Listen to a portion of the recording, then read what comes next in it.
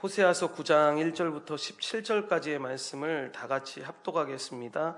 이스라엘아, 너는 이방 사람처럼 기뻐 뛰놀지 말라. 내가 음행하여 내 하나님을 떠나고 각 타작마당에서 음행의 값을 좋아하였느니라. 타작마당이나 술틀이 그들을 기르지 못할 것이며 새 포도주도 떨어질 것이요 그들은 여호와의 땅에 거주하지 못하며 에브라임은 애굽으로 다시 가고 아수르에서 더러운 것을 먹을 것이니라. 그들은 여호와께 포도주를 부어드리지 못하며 여호와께서 기뻐하시는 바도 되지 못할 것이라. 그들의 재물은 애곡하는 자의 떡과 같아서 그것을 먹는 자는 더러워지나니 그들의 떡은 자기의 먹기에만 소용될 뿐이라. 여호와의 집에 드릴 것이 아님이니라. 너희는 명절날과 여호와의 절기의 날에 무엇을 하겠느냐? 보라, 그들이 멸망을 피하여 갈지라도 애굽은 그들을 모으고 놉은 그들을 장사하리니 그들의 은은 귀한 것이나 찔레가 덮을 것이요 그들의 장막 안에는 가시덩굴이 퍼지리라. 형벌의 날이 이르렀고 보응의 날이 온 것을 이스라엘이 알지라. 선지자가 어리석었고 신에 감동하는 자가 미쳤나니 이는 내 죄악이 많고 내 원한이 큼이니라. 에브라임은 나의 하나님과 함께한 파수꾼이며 선지자는 모든 길에 친 새 잡은 자의 그물과 같고 그의 하나님의 전에는 원한이 있도다. 그들은 기브야의 시대와 같이 심히 부패한지라. 여호와께서 그 악을 기억하시고 그 죄를 벌하시리라. 옛적에 내가 이스라엘을 만나기를 광야에서 포도를 만남같이 하였으며 너희 조상들을 보기를 무화과 나무에서 처음 맺힌 첫 열매를 봄같이 하였거늘 그들이 바알보올에 가서 부끄러운 우상에게 몸을 들이므로 저희가 사랑하는 우상같이 가증하여졌도다. 에브라임의 영광이 새같이 날아가리니 해산하는 것이나 아이 베는 것이나 임신하는 것이 없으리라. 혹 그들이 자식을 기를지라도 내가 그 자식을 없이하여 한 사람도 남기지 아니할 것이라. 내가 그들을 떠나는 때에는 그들에게 화가 미치리로다. 내가 보건대 에브라임은 아름다운 곳에 심긴 두로와 같으나 그 자식들을 살인하는 자에게로 끌어내리로다. 여호와여, 그들에게 주소서. 무엇을 주시려 하나이까? 아이 베지 못하는 태와 젖없는 유방을 주시옵소서. 그들의 모든 악이 길갈에 있으므로 내가 거기에서 그들을 미워하였노라. 그들의 행위가 악함으로 내 집에서 그들을 쫓아내고 다시는 사랑하지 아니하리라. 그들의 지도자들은 다 반역한 자니라. 에브라임은 매를 맞아 그 뿌리가 말라 열매를 맺지 못하나니 비록 아이를 낳을지라도 내가 그 사랑하는 태에 열매를 주기리라. 그들이 듣지 아니하므로 내 하나님이 그들을 버리시리니 그들이 여러 나라 가운데 떠도는 자가 되리라. 아멘. 저는 읽으신 말씀을 가지고 도피와 사랑의 추적이라는 제목을 가지고 호세아서 9번째 말씀을 전하고자 합니다. 이 사람이 죄를 범할 때 거의 본능적으로 보이는 반응 가운데 하나가 바로 도피입니다. 이것은 일종의 방어 기제로 자기 보호의 심리라고 할 수가 있는데, 그래서 범죄했을 때 대개의 사람들을 보면 그 죄를 인정하면서 회개하고 새로운 길을 모색하기보다는 죄를 모른 채 하거나 부인하거나 무시하거나 도피해버리기가 쉽습니다. 여러분, 이것은 개인도 그렇고 공동체도 마찬가지인데, 여러분, 이것이 태초부터 그랬습니다. 이것은 범죄한 아담이 하나님 앞에 보인 반응이 대표적인 것인데, 여러분, 하나님께서 선악을 알게 하는 그 나무를 먹고 죄를 범한 아담에게 아담아 내가 어디 있느냐라며 아담을 찾았을 때 여러분 그의 반응이 어땠습니까? 여러분, 아담이 숨었습니다. 전능하신 하나님 앞에 피할 곳이 전혀 없었던 것을 알았음에도 불구하고 그의 반응은 숨는 것이었습니다. 그런데 성도 여러분, 인간이 이 전능하신 하나님 앞에서 숨을 수 있는 공간이 어디에 있겠습니까? 여러분, 전혀 없습니다. 그런데 그럼에도 불구하고 하나님을 모르는 사람이나 하나님을 아는 사람이나 여러분 대부분의 반응들은 뭐냐면 이런 피할 곳이 없는 걸 알면서도 불구하고 피하려고 한다라는 것입니다. 오늘 말씀을 보시면 이스라엘 민족이 하나님께 어떻게 범죄하고 도피하고 있는지가 자세히 나옵니다. 본문 1절 말씀을 다 같이 한번 합독하겠습니다. 이스라엘아, 너는 이방 사람처럼 기뻐 뛰놀지 말라. 내가 음행하여 내 하나님을 떠나고 각 타작 마당에서 음행의 값을 좋아하였느니라 라고 이야기합니다. 이 본문의 중간에 보면 그들이 하나님을 떠나고 라고 기록되어 있는데, 이 본문 6절 상반절에도 보시면 보라 그들이 멸망을 피하여 갈지라도 라고 이야기합니다. 피하여라는 말이 나오는 것을 보게 되는데 역시 도망가는 모습으로 숨었다라는 것입니다. 그런데 이스라엘 백성들의 모습이 더욱더 강교했던 이유가 있었습니다. 그것은 바로 이 도망가는 모습이 어쩔 수 없이 몰라서 도망갔던 모습이 아니라 그 마음을 감추기 위한 철저히 위장된 축제로의 도피였기 때문에 더 큰 문제인 것입니다.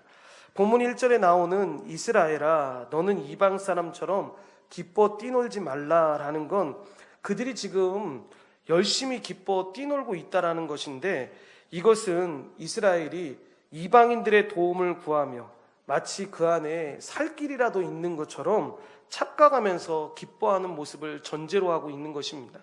그러니까 세대를 쫓아서, 그러니까 그 시대에 사람들이 쫓아서 살아가는 그 음란함으로 하나님을 떠난 그들이 지금 타작 마당에서 신나게 축제를 벌이고 있다라는 것입니다. 우리가 오해하지 말아야 될 것은 여러분 축제 자체가 잘못된 것이 아닙니다. 어떤 목사님이 이야기한 것처럼 예수 믿는 사람들도 놀 때는 잘 놀아야 합니다. 그리스도 안에서. 그러니까 그리스도 안에서 잘 놀아야 합니다. 우리는 놀 때 항상 술이나 무슨 이상한 잘못된 문화들이 들어와야지만 잘 논다고 생각하지만 실제로 보면 그렇지 않습니다. 여러분 우리가 어릴 때 그런 문화 없어도 그 예전에 여러분 잘 생각해 보시면 우리 아이들은 이 유튜브 같은 거 보면서 픽게 웃고 그러지만 실제로 저희들은 저희 자란 세대들은 전화기도 없었고 그런 거 없었지만 지금 아이들한테는 그런 거 주면 만약에 구슬이라든가 제기차기 같은 거 주면 재미없을 것 같아 보이지만 그것만 있고 애들끼리 모아놓으면 여러분 애들끼리 진짜 재밌게 잘 놉니다. 수련회 가서 한번 그거를 해보니까 저는 진짜 충격을 받았습니다. 태어나서 중고등부가 됐는데 제기차기를 한 번도 안 해본 애들이 거의 대부분이었습니다. 그래서 한 개를 못 치는 애가 너무 많은 겁니다. 난 여자만 그런 줄 알았는데 남자애들도 이 제기를 못 차는 걸 보고 깜짝 놀랐습니다. 왜 그러냐 그러니까 한 번도 차본 적이 없다는 겁니다. 그런데 차는데 우리 때는 그래도 몇십 개씩 차야지 좀 재미가 있었는데 얘네들은 한두 개 차니까 재미가 없었는데 지네들은 재밌다고 막 난리를 치면서 웃으면서 치는 거 보고 야 그렇지, 그거밖에 없다고 생각하니까 휴대폰이나 이런 거 보고 좋아하고 그러는 거지, 그거 없으면 또 다른 문화에서 더 좋은 건전한 문화에서 애들이 기뻐할 수 있겠다는 생각을 했습니다. 여러분이 만약 축제가 지금 본문 말씀에 나오는 축제가 정상적으로 추수를 하고 드리는 하나님께 드리는 축제라면 여러분 굉장히 좋은 겁니다. 감사해야 되고요. 우리가 그런 축제를 해야 합니다. 문제는 이 축제가 하나님이 아닌 바알신에게 기뻐하면서 영광을 돌렸다는데 문제가 있는 것입니다. 여기서 바알은 여러분 우상을 통칭하는 이름입니다.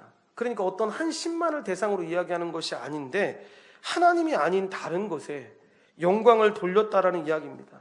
그러니까 예를 들어서 당시 바알신을 섬겼다라고 하면 이 남신인 바알과 여신인 아세라가 사람들이 음행을 행하면, 그러니까 잘못된 성행위를 한다거나 이런 것들을 행하면 신들이 자극을 받아서 연애하다가 비를 내린다라고 말씀을 드렸는데, 그러면 그 비 덕분에 농작물이 잘 자라나고 수확을 한다라는 겁니다.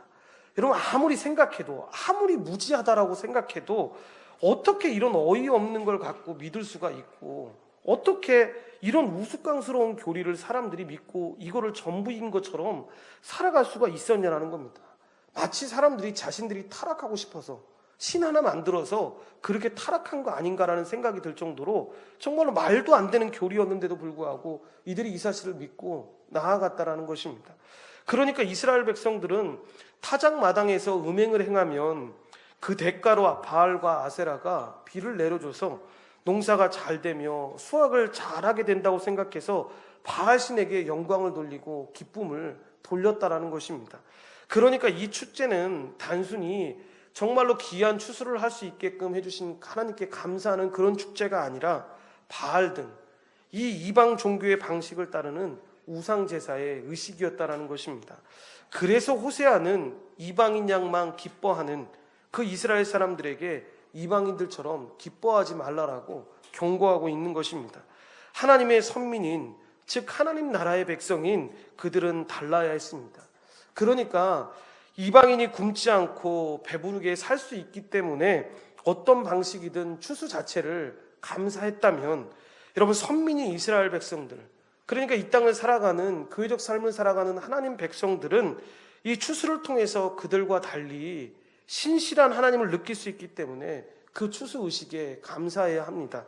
그래서 우리가 주기도문을 보면 예수님께서도 하나님 아버지께 기도하면서 일용할 양식을 주시옵고라고 기도하도록 가르쳤는데, 여러분, 이 기도는 그냥 우리에게 한 끼 식사 주셨으니까 하나님 감사합니다, 이렇게 기도가 끝나는 것이 아닙니다.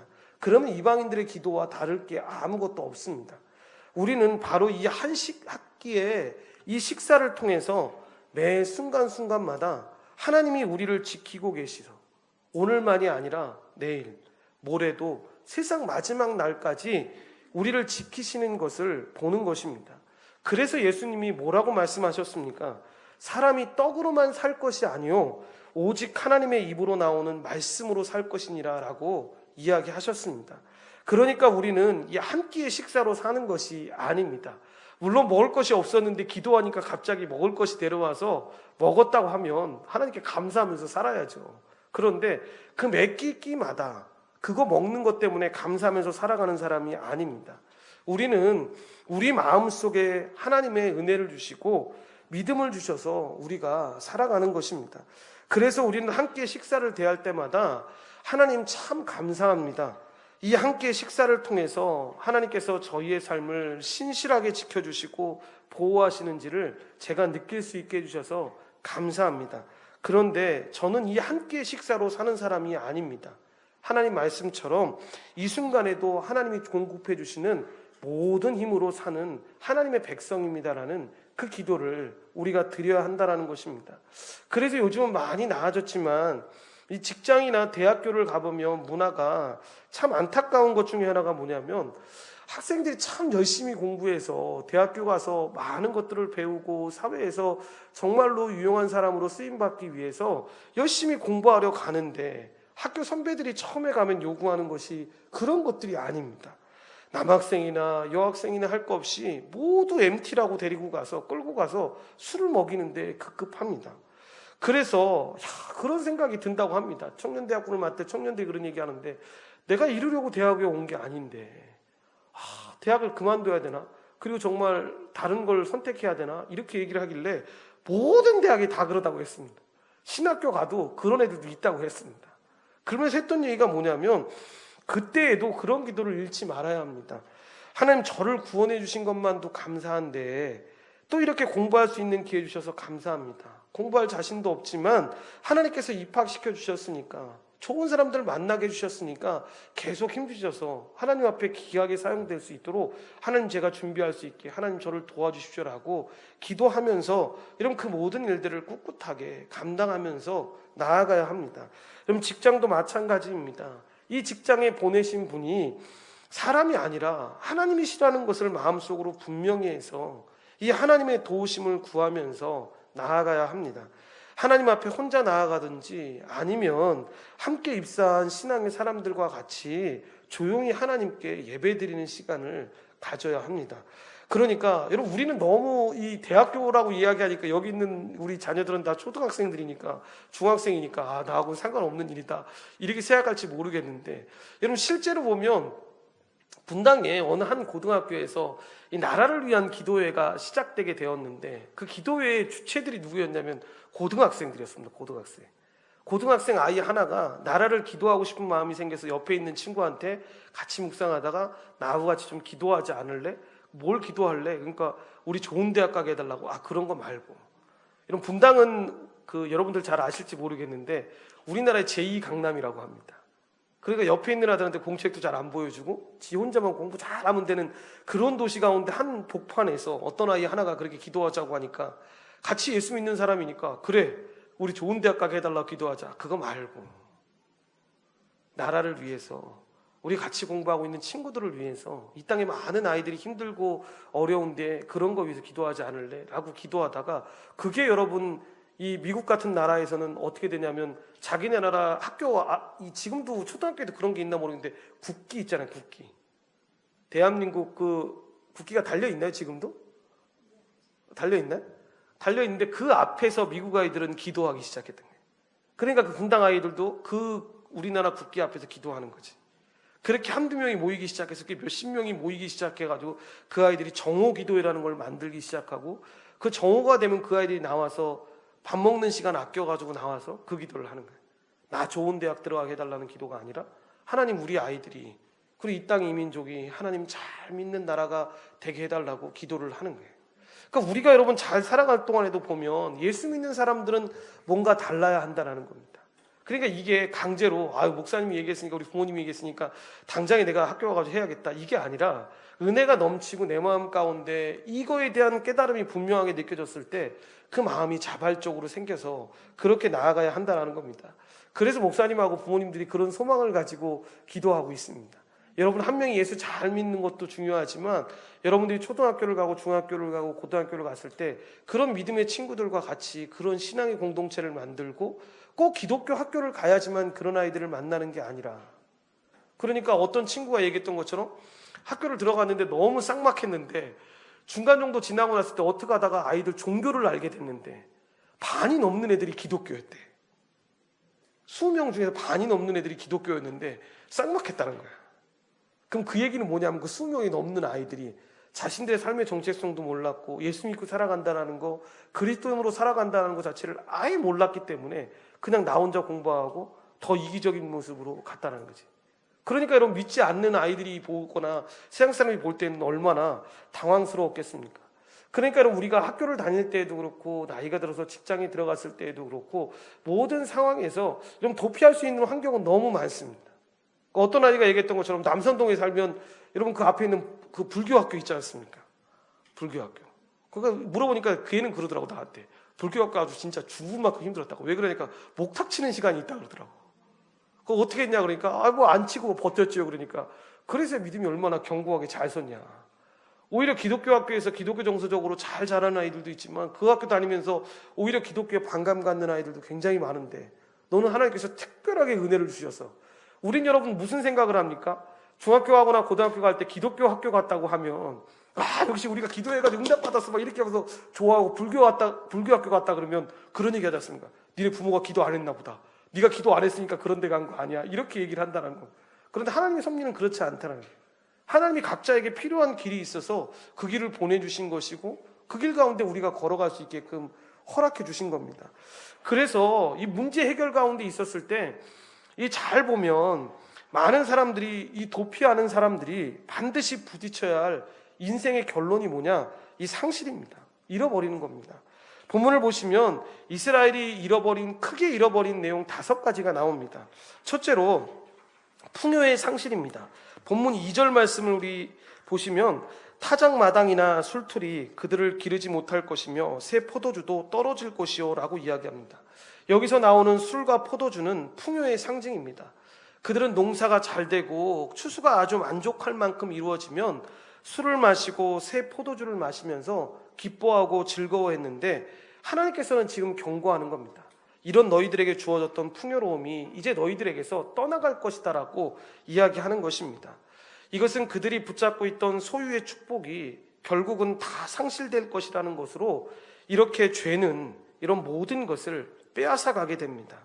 하나님을 떠나 다른 것을 추구하고 여러분 나아가게 되면 더 부유해질 것 같고 더 많은 것을 얻을 것 같지만 여러분 실제로 보면 이 세상의 쾌락을 쫓아 살아가는 사람들 대부분의 삶이 여러분 더 곤고하고 궁핍하게 된다는 걸 지금 이야기하고 있는 것입니다.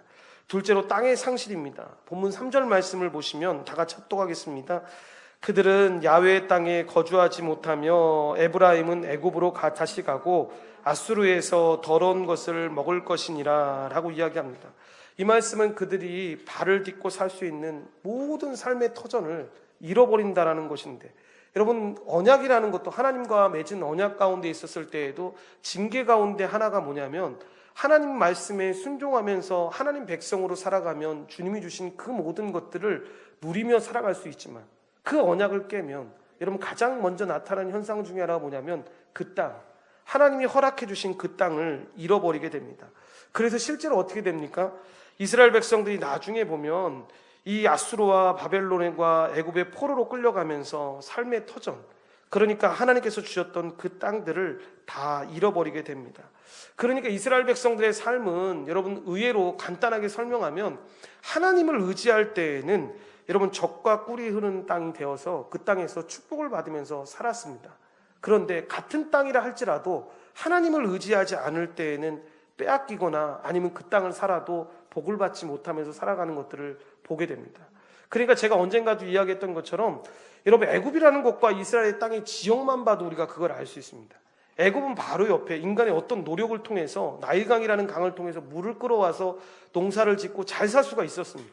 근데 이스라엘 땅은 그런 게 전혀 없었습니다. 지금 같으면 물을 끌어올 수 있는 수로시설이나 이런 걸 설치하면 되지만 그때는 전적인 방법, 뭐냐면 하나님이 때에 맞게끔 비를 주셔야지만, 때에 맞게끔 해를 주셔야지만 여러분 잘 먹고 잘 살 수가 있었습니다. 그런데 여기에서 하나님의 백성의 특징이 나옵니다. 하나님을 의지할 때에는 이런 것들을 구하지 않아도 하나님이 다 채워주셨습니다. 맞게끔 비를 주셨고 맞게끔 해를 주셨는데 자기네들이 노력하고 수고한 것보다 더 많이 풍성하게 채워주셨습니다. 그것이 하나님을 의지하고 살아가는 사람들의 특징이었습니다. 그런 사람들에게 하나님이 그런 복을 주십니다. 셋째로 재물의 상실입니다. 본문 4절을 보시면 그들은 야훼께 포도주를 부어드리지 못하며 야훼께서 기뻐하시는 바도 되지 못할 것이라. 그들의 재물은 애곡하는 자의 떡과 같아서 그것을 먹는 자는 더러워지나니 그들의 떡은 자기의 먹기에만 소용될 뿐이라. 야훼의 집에 드릴 것이 아님이니라 라고 이야기합니다. 여러분, 이 말씀의 뜻은 상갓집에서 사용했던 음식은 이미 더럽혀졌던 것이기 때문에 다른 데 쓰지 않는 것이 보통인데 감히 그것을 가지고 나와서 하나님의 제단에 제물을 드리려고 하는 사람들이 있었고 하나님은 그런 것을 받지 않으신다라는 지금 설명을 하고 있는 것입니다. 심지어는 그것을 드릴 수 없을 조차 만큼 형편이 어려워진다라는 겁니다. 무슨 얘기냐면 여러분, 먹는다, 더러움 혹은 부정에 해당하는 표현이 4절에 이어지고 있는데 그들의 제사는 그를 기쁘시게 할 수 없다라는 표현이나 그것은 여호와의 집에 드릴 수 없다라는 이 표현은 아예 제사를 드릴 수 없는 상황을 가리키는 것이 아닙니다. 여러분, 이 상황은 하나님께 드린다고 행한 제사임에도 불구하고 하나님이 받으시지 않는다라는 겁니다. 여러분, 무슨 얘기냐면 지금은 여러분 우리가 예배를 마음껏 하나님 앞에 드릴 수 있고 언제든지 나와서 기도를 할 수 있지 않습니까?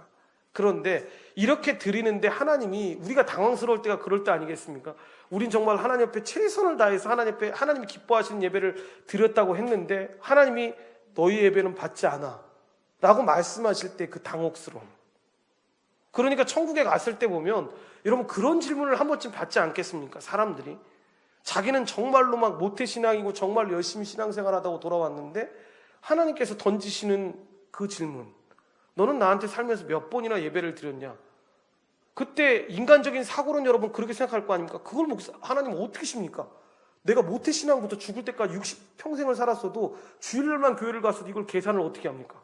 너무 수도 없이 많이 예배를 드렸습니다 라고 하는데 하나님이 내가 받은 예배는 한두 번밖에 안 되는데, 한 번도 되지 않는데, 내가 너가 드리는 예배를 한 번도 받은 적이 없는데 라고 말할 때 그때 그 받아야 될 그 충격감, 거기 갔을 때 나는 하나님을 안다고 하는데 하나님은 나를 모른다고 했을 때 그 당혹스러움. 여러분 그럴 수 있지 않습니까? 우리가 사람이 여러분 사람과 지나갈 때도 그런데 그 제가 언젠가 한번 설교 시간에 얘기했는지 모르겠는데 우리 아이들은 놀이터에서 놀다 보면 저를 보면 그냥 이렇게 살짝 이렇게 웃거나 손만 이렇게 듭니다. 부끄러워서 그런지 몰라도 이렇게 살짝 손만 드는데 민현이네가 저 이사 가고 나서 좋은 게 지나가다 보면 제가 슈퍼스타가 된 것처럼 얘네들은 큰 소리로 나하고 사모님을 외칩니다. 그러니까 제가 동네에 목사 사모라는 게 다 들통이 날 정도로 목사님! 사모님께서 막 소리 지르니까 애들도 막 있다가 분명히 저는 병찬이 병준이의 아빠인데 쟤네 아빠 있을 때는 목사라는 걸 몰랐다가 민현이 은우 때문에 목사님 사모님이라는 걸 다 알려줄 정도로 하는데 만약에 예를 들어서 제가 얘네들이 목사님 사모님 그러는데 너희들 누구야? 라고 이야기했을 때 여러분 얼마나 충격을 받겠냐 이겁니다. 근데 여러분 우리가 평생을 하나님 앞에 예배를 드렸다고 생각했는데 하나님 앞에 예배를 했다고 생각했는데 오늘 본문 말씀 나오는 것처럼 하나님이 그 예배를 받지 않으신다는 겁니다. 그러니까 실상 하나님께 가지고 나올 수 없는 제사였음을 이들이 알건 모르건 상관없이 그런 예배는 하나님이 받지 않으신다는 것입니다. 이것은 이제껏 호세아가 이 제사에 대해서 강력하게 고발하던 맥락과도 일치한데 여러분 이것은 이방 땅이나 그러니까 우리가 흔히 얘기하는 것처럼 꼭 교회라는 이 공동체 안에 이 우리 예배당 안에 꼭 들어와서 드려지는 예배만 받았다는 얘기가 아닙니다. 혼자서 산속에서 군대에 있을 때 혼자서 길을 걸어가면서 드리는 예배도 하나님 정말 기뻐하시는 마음을 가지고 예배 드리는 예배라면 하나님이 받으시지만 수십만 명이 모여서 모두가 다 성령을 받고 충만함 가운데 나아가더라도 내가 하나님 앞에 예배하지 않는 자세의 모습을 가지고 나아가고 있다면 이거는 장소나 환경에 상관없이 그 예배를 받지 않으신다는 것입니다. 그런데 그럼에도 불구하고 끊임없이 그 안에서 안전하기를 구한다면 그 안에서 주어지는 곡식과 포도주를 기뻐하는 삶을 살한다면 그러니까 하나님이 주시는 그 만족감, 기쁨을 누리지 못하고 세상이 주는 그 만족감, 세상이 주는 잘했다라는 그런 칭찬 때문에 만약에 살아간다면 그들의 제사는 하나님께서 기뻐하실 수가 없다라는 것입니다. 그러니까 어느 곳에서 예배를 드리는 것이 문제가 아니라 이스라엘 땅에서 드린다 하더라도 문제의 본질은 조금도 달라지지가 않습니다.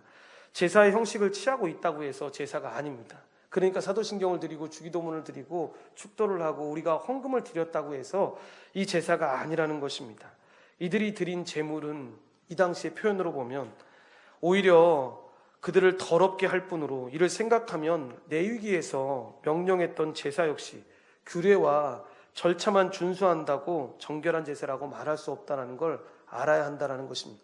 그러니까 예전에 여러분 구약 제사는 여러분 그 죄를 지으면 어떻게 했습니까? 지금은 우리가 예수 그리스도의 피로 다 구속함을 받았으니까 주님께서 우리의 죄를 다 받아주셨으니까 우리의 죄를 대속해 주셨으니까 우리가 예수의 피로 예수의 은혜로 기도하면 나아가면 되지만 구약시대 때는 죄를 지을 때마다 짐승 그러니까 부자면 큰 짐승 뭐 돈이 없으면 비둘기 같은 거라도 여러분 바쳐서 제단에 바쳐서 그 피로 죄를 씻음받았습니다. 그런데 여러분 이 구약의 제사가 여러분 하나님께서 안 받으신 제사가 아닙니다. 오해하시면 안 됩니다. 받으셨었습니다. 그런데 그 제사가 타락했을 때 안 받았던 겁니다. 뭐냐면 처음에 제사 드렸던 모습들을 제가 이 어떤 책을 보다가 이랬으면 이 사람들이 죄 짓는 거에 대한 되게 두려움이 있었겠구나. 타락했을 때는 여러분 왜 타락했는지 아십니까? 한 번 죄를 짓고 나서 오늘 아침에 죄 짓고 나서 점심에 내가 가지고 있는 돈으로 양 잡아가지고 그냥 죽여가지고 그냥 제단에 바치면 끝나니까. 그리고 저녁에 가서 또 죄 지으면 그 다음 아침에 가서 또 하면 되니까. 그런데 여러분 처음에 구약의 제사는 뭐였냐면 그렇게 내가 돈으로 사서 양을 아니면 비둘기나 이런 걸 사서 그냥 그 자리에서 내고 그것을 그냥 제사장이 죽이고 이렇게 끝냈던 게 아니라 여러분 처음에 구약의 제사의 방법은 어땠냐면 내가 양을 키우거나 그 비둘기를 직접 키웠습니다. 그리고 나서 내가 죄를 지었을 때 내가 그렇게 정들여서 키웠던 그 양을 가져가서 내가 직접 그 양을 죽이는 겁니다. 그리고 그 피로 나의 죄를 씻어달라고 기도를 하는 겁니다. 그러니까 어느 누가 그렇게 마음대로 죽이면서 그런 것들을 할 수 있겠습니까? 제가 선교를 갔을 때 양 잡는 걸 한번 본 적이 있었는데 선교사님이 한번 우리 제사 그걸 보기 위해서 본 게 아니라 양고기가 맛있다 그래서 근데 뭐 청년들은 못 보니까 근데 어떤 청년 하나 용감하게 목사님 저도 한번 보고 싶다고 양 잡는 걸 보는데 정말 놀라웠습니다. 모든 양이 그렇다 그러진 않는데 이거 어린 양이라는 표현도 이런 데서 좀 나온 거구나라는 생각도 했는데 여러분 대부분 여러분의 목에 칼을 만약에 들이대면 여러분들은 어떻게 하겠습니까? 부모라고 해도 우리 엄마 아빠가 미친 거 아니야 하고 이렇게 도망가거나 막 이렇게 하지 않겠습니까? 여기서 죽으면 안 되니까. 엄마 칼에다 이렇게 딱 칼을 목에다 대고 이제 피가 좀씩 나는데 가만히 있을 애가 어디 있겠습니까? 엄마 아빠가 미쳤다고 이렇게 도망가고 말지. 근데 양은 참, 우리가 잡았던 양은 신기했던 게 몇 년을 그 주인이 길렀는데 눕혀놨는데 끈도 묶어놓질 않았습니다. 그냥 목으로 이렇게 딱 눕힌 다음에 피를 목에다 이렇게 딱 피가 나오기 시작하는데 조금 나오는데 좀 지나고 나서 더 크게 해서 이제 피가 많이 나오게 되는데도 제가 그 눈빛을 지금도 잊지 못하는 게 뭐냐면 양이 우는데 아프니까 몸부림치긴 하는데 그걸 도망가기 위한 몸부림이 아니라 그저 몸부림치는 겁니다. 그러니까 어린 양이 예수님을 따라갔다라는 그 표현을 쓰면서 그 어린 양을 비유했을 때 표현이 그 순종의 발걸음이었구나. 이 양이 주인이 그렇게 죽이는데 그 양이 여러분 주인은 마음엔 막 즐거워서 막 죽였겠습니까? 어쩔 수 없이 살기 위해서 그렇게 하는 것 아니겠습니까? 그러니까 구약 제사 때 그렇게 드렸던 사람들이 제사를 그렇게 드렸던 사람들이 죄를 또 나는 제사 지으면 저기 또 동물이 있고 막 그렇게 있으니까 마음대로 죽이겠다 이렇게 생각하면서 했겠냐 이겁니다. 그럴 수 없다는 겁니다. 처음에 그들의 마음을 다해서 하나님 앞에 드렸던 그 제사는 그렇게 했던 것이 아닙니다. 그러니까 여러분 회개도 마찬가지인 겁니다. 그냥 내가 입술에서 하나님 내가 잘못했어요, 동생 괴롭혔고 뭐 엄마 말 잘 안 들어서 잘못했습니다라고 회개했다고 해서 회개가 아니라 돌이키는 겁니다. 엄마 말을 그 다음부터 막 100% 다 듣는다 그게 아니라 그래 생각이 나는데 또 한 번 화낼 때도 있지만 생각이 나니까 내가 이렇게 하지 않기로 했는데 이러지 말아야지. 그러면서 돌이키는 게 회개인 것이지 그냥 오늘 한번 소리 지르고 나서 엄마한테 소리 지르고 나서 그 다음에 또 엄마한테 가서 엄마 잘못했어요 그럼 엄마가 또 용서해 주니까 그건 회개가 아닙니다. 그냥 부모니까 그냥 받아주는 것이지 여러분 회개는 그런 게 아니라는 겁니다. 이 말씀에도 나오는 이 제사도 마찬가지입니다. 이들의 제사도 그렇게 마음을 다해서 나왔던 제사가 아니었던 것입니다. 그러니까 하나님께 드릴 수 없는 상황임에도 불구하고 이 하나님의 심판임을 그래서 일부러 보여주고 있는 것입니다. 사절이 이방 땅에 끌려가면 더 이상 하나님께 제사 드릴 수 없다고 말하는 것을 보더라도 여기에는 단순히 이방에서 제사할 수 없는 산만을 말한다기보다 제사로 모든 것을 해결하려고 했던 그 백성들을 향해서 더 이상 그렇게 제사할 수 없는 때가 온다라고 선포하고 있는 것입니다. 그러니까 착각하지 말라는 겁니다. 너희들이 짐승 잡고 너희들이 생각하는 그런 방식으로 회개하고 나온다고 해서 받을 수 있는 것이 아니라는 것입니다. 넷째로 하나님의 사랑의 상실입니다. 방금 전에 우리가 합독했던 이 본문 4절에서 말하는 상실 중에 가장 비극적인 상실이 뭐냐면 이 하나님의 사랑을 잃어버리는 것입니다. 이럴 때 우리는 이 하나님의 총애를 상실하게 되고 더 이상 하나님이 기뻐하시는 대상이 되지를 못합니다. 하나님께 기쁨 드리는 대상으로, 하나님께 예배 드리는 대상으로 우리가 이 땅에 왔는데 그 대상이 되지를 못하는 것입니다. 이것은 그리스도인으로서 기대할 수 있는 가장 큰 복인 하나님이 기쁨에 되는 대상이 더 이상 되지 못할 것이다라는 안타까운 선언입니다. 다섯 번째로 인생의 상실입니다. 본문 6절에 보시면 합독하겠습니다. 보라, 그들이 멸망을 피하여 갈지라도 애굽은 그들을 모으고 놋은 그들을 장사하리니 그들의 은은 귀한 것이나 찔레가 덮을 것이요 그들의 장막 안에는 가시덩굴이 퍼지리라 라고 이야기합니다. 이것은 이스라엘이 소유한 모든 것이 못쓰게 되었을 때 마침내 애굽이 저희를 모을 것이며 놋이 저들을 장사하고 말 것이라는 것인데, 여기서 놋이라는 건 당시 애굽의 수도였습니다. 그러니까 모든 것을 잃어버린 이 이스라엘 인생이 결국 그곳에서 끝날 것임을 이야기하고 있는 것입니다. 세상에서 끝나버리고 마는 겁니다. 세상의 욕망을 따라서, 세상의 욕심을 따라서 살아가는 사람들은 세상에서 끝날 수밖에 없는 것입니다. 이러한 다섯 가지 상실의 메시지를 통해서 하나님께서 이스라엘 백성들에게 하고자 하시는 말씀은 도피가 결코 해결책이 될 수가 없다라는 것입니다. 이어서 보면 10절부터 17절에 보시면 이 도피하는 백성을 향한 하나님의 추적이 시작됩니다. 우리는 본문 10절 상반절에서 이 사랑으로 추적하시는 하나님을 볼 수가 있는데, 옛적에 내가 이스라엘을 만나기를 광야에서 포도를 만남같이 하였으며 너희 조상들을 보기를 무화과 나무에서 처음 맺힌 첫 열매를 봄같이 하였거늘 이라고 이야기합니다. 찾고 찾다가 이스라엘을 만났는데 그 백성을 만난 하나님의 소감이 광야에서 포도를 만남과 같다고 하십니다. 여러분, 광야를 가보면, 광야는 우리가 광야라고 하니까 잘 모르는데 사막이라고 생각하면 됩니다. 그러니까 이 사막에 여러분 포도가 있습니까? 당연히 없는 겁니다. 그러니까 뭐냐면 그만큼 반가운 하나님의 심경을 드러내는 것입니다. 만약에 여러분 사막에 그렇지 않지만 포도가 있다고 한다면 그것만큼 반가운 것이 어디 있겠습니까? 또 하나님의 느낌을 무화과 나무에서 이 처음 맺힌 첫 열매를 보는 것 같다라고 말씀하고 있는데, 이것은 하나님을 떠나서 도망가고 있던 백성을 다시 발견했을 때 하나님의 마음이 그때의 심정과 같다라는 것입니다. 범죄하고 떠나간 백성이지만 포기할 수 없는 사랑으로 당신의 백성들을 이렇게 만나주고 품어주고 싶어 하시는 것이 하나님의 마음이라는 것입니다. 이것이 하나님 사랑의 추적 현장입니다. 그러나 이런 하나님의 사랑과는 달리 이스라엘 백성들의 반응은 차갑기만 했는데, 10절 하반절에 보시면 그들이 바알보올에 가서 부끄러운 우상에게 몸을 들임으로 저희가 사랑하는 우상같이 가증하여 졌도다라고 이야기합니다.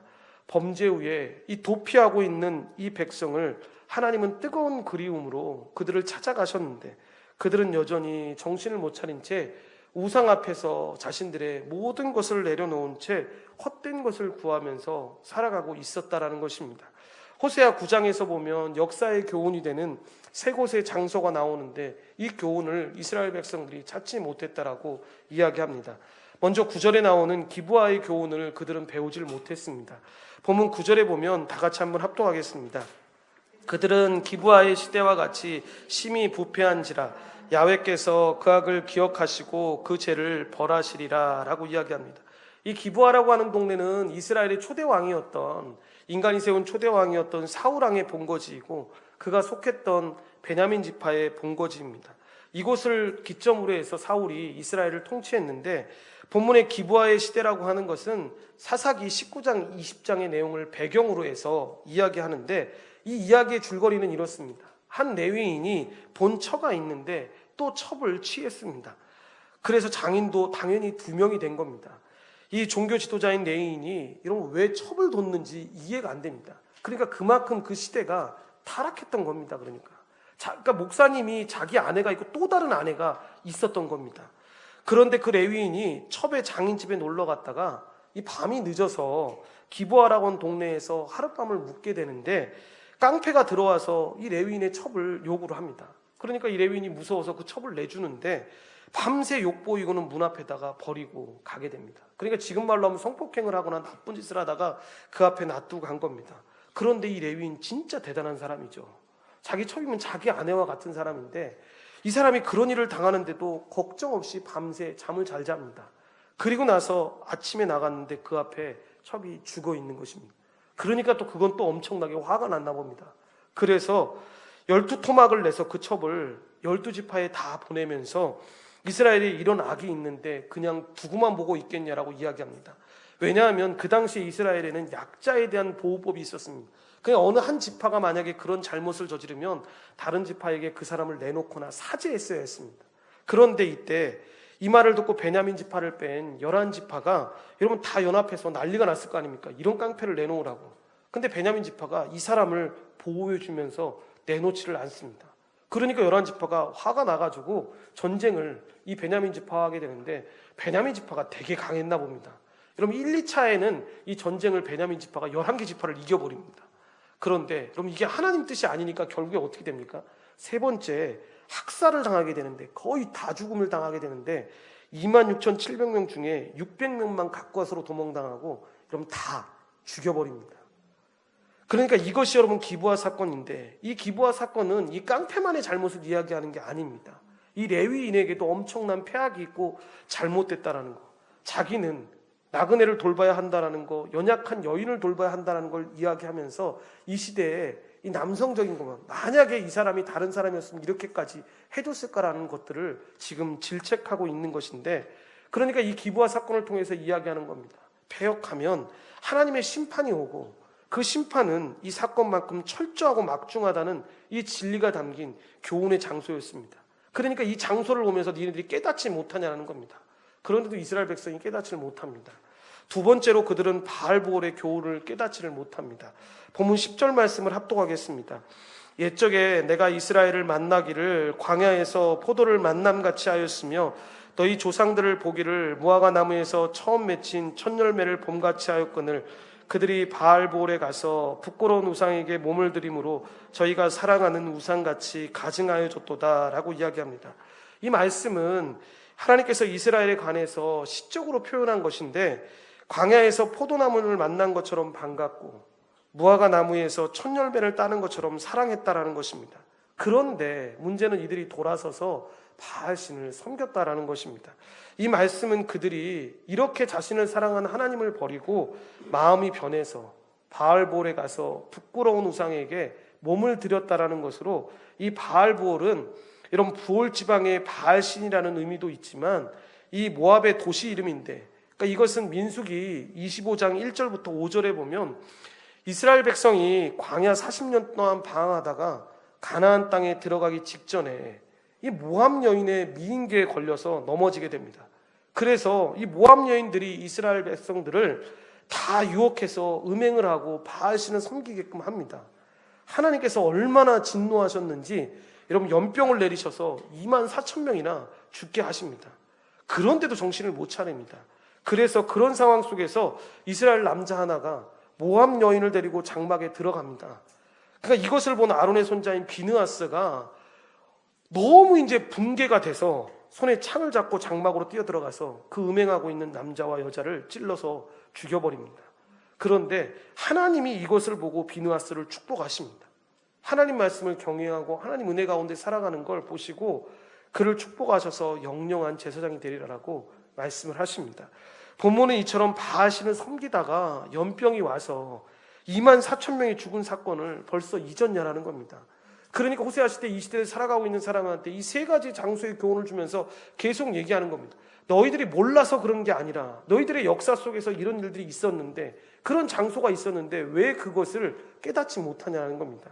마지막 세 번째가 길갈의 교훈을 배우지 못했습니다. 본문 15절에 보시면 다 같이 합독하겠습니다. 그들의 모든 악이 길갈에 있으므로 내가 거기에서 그들을 미워하였노라. 그들의 행위가 악함으로 내 집에서 그들을 쫓아내고 다시는 사랑하지 아니하리라. 그들의 지도자들은 다 반역한 자니라 라고 이야기합니다.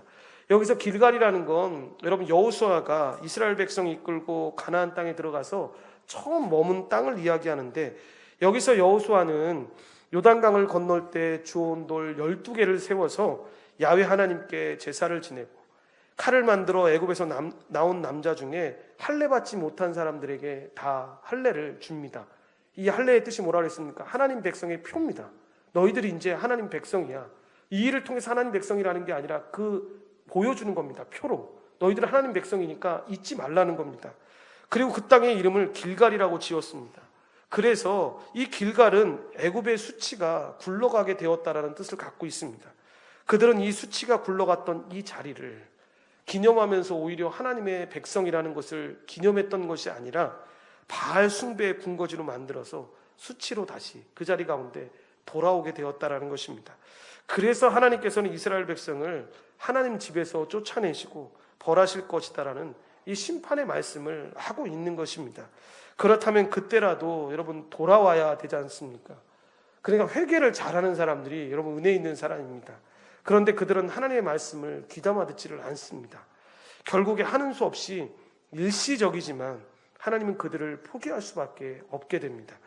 그렇게 찾고 찾아도 하나님을 등진 채 바알을 향해서만 사랑을 드리고 있는 이 백성을 하나님은 순간적이지만 포기할 수밖에 없었던 것입니다.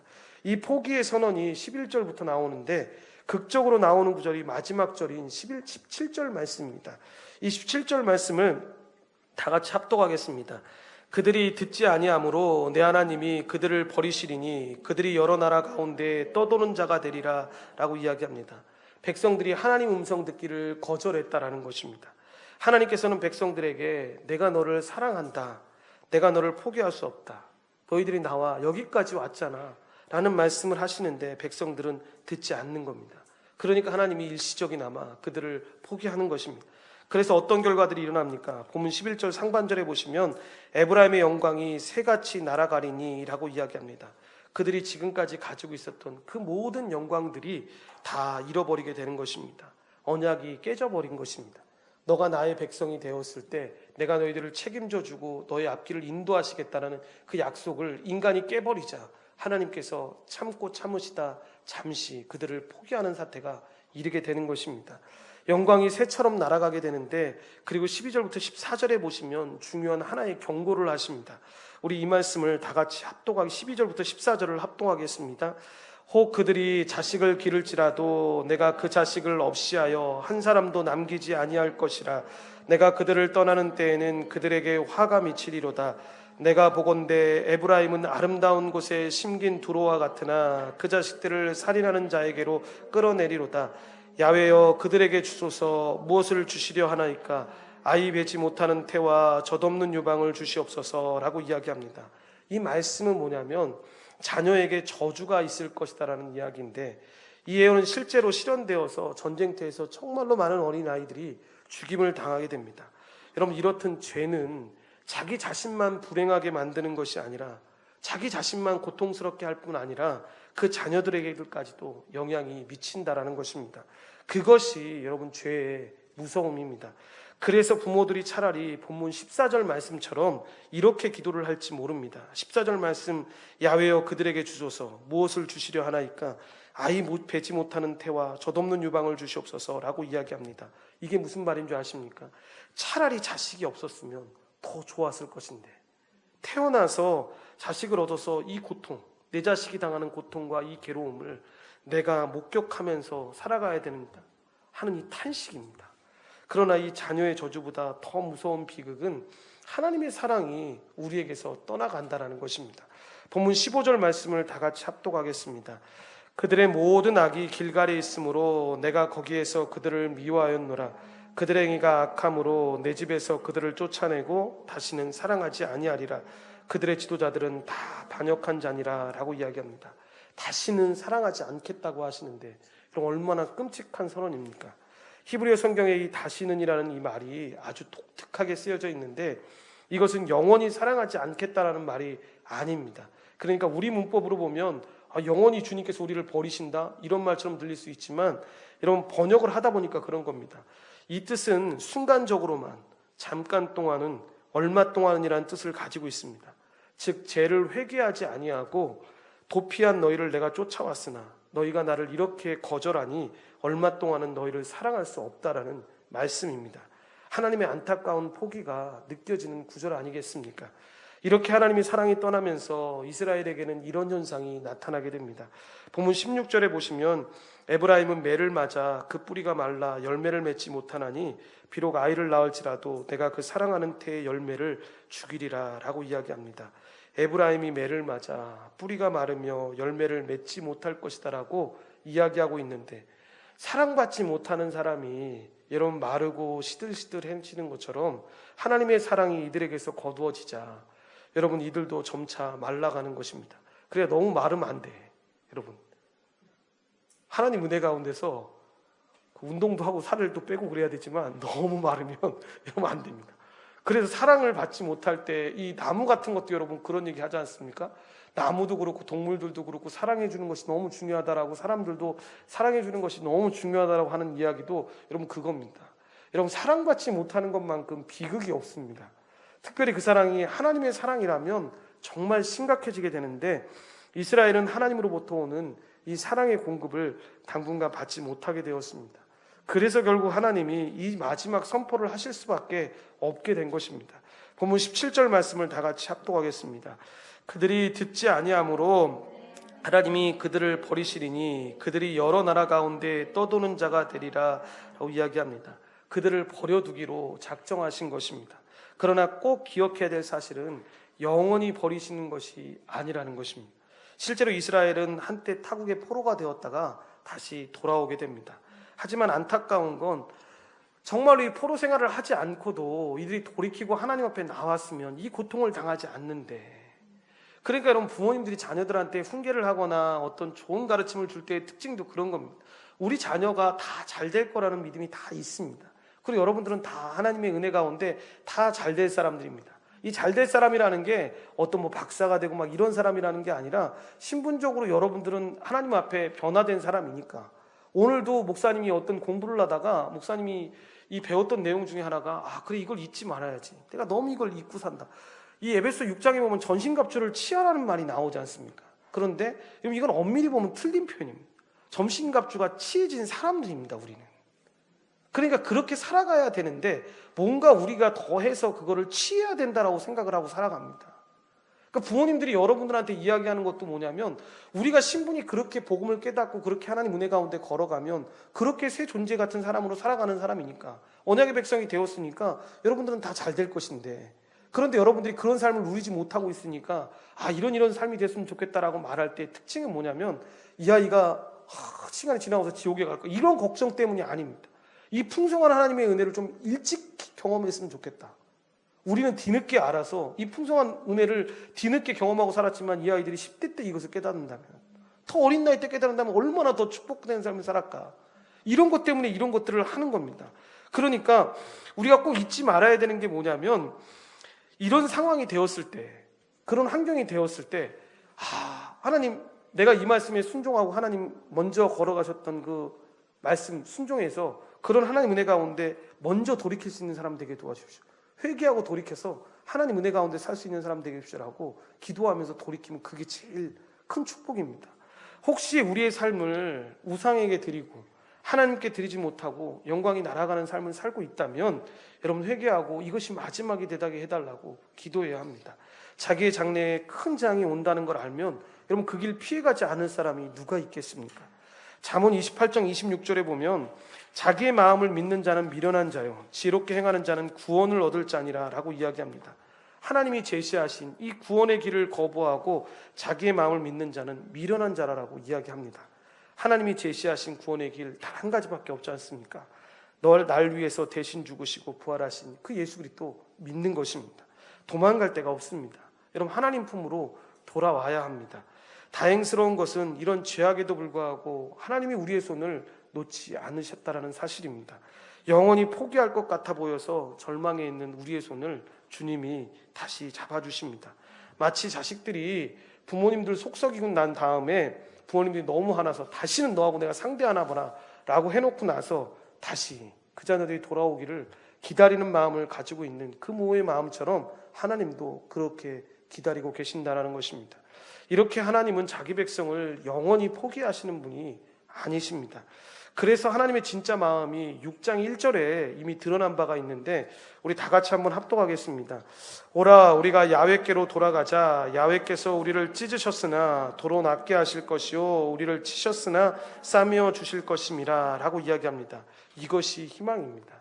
우리가 상처는 싸매지고 우리는 다시 새로워질 것입니다. 징계하고 처벌하시면서도 여전히 돌아오시기를 안타까운 마음으로 기다리시는 그 하나님의 사랑, 이것이 호세아서의 밑바탕에 흐르고 있는 핵심 메시지, 성경 전체의 이야기의 주제입니다. 호세아서의 마지막 장인 14장 1절부터 2절에 보시면, 이스라엘아 내 하나님 야훼께로 돌아오라. 내가 불의함으로 말미암아 엎드려졌느니라. 너는 말씀을 가지고 야훼께로 돌아와서 아뢰기를 모든 불의를 제거하시고 선한 바를 받으소서. 우리가 수송아지를 대신하여 입술의 열매를 주께 드리이다 라고 이야기합니다. 더 이상 사랑할 수 없다고 말씀하시고는 마지막에 그 주 앞에 다시 돌아오기만을 안타깝게 기다리고 계시는 그 하나님의 사랑을 이야기하고 있는 것입니다. 이제 우리는 하나님을 향해서 우리 마음의 길을 열어서 우리를 비롯한 모든 사람들이 하나님 앞에 돌아오도록 기도해야 합니다. 그리고 하나님 앞에 자신을 드리는 삶을 살아야 합니다. 다시 하나님의 말씀을 붙잡고 그 앞에 서는 순간, 그리고 그 말씀 앞에 살아가는 순간 하나님께서는 우리를 품에 안아주실 것입니다. 그 하나님의 사랑 앞에 우리 자신을 다시 살피고 회복하는 그 시간이 되시기를 간절히 축원합니다. 기도하겠습니다.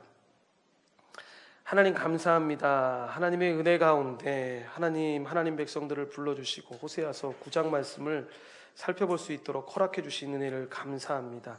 하나님은 여전히 우리를 사랑하시고 우리가 돌아오기를 기다리고 계심을 우리가 압니다.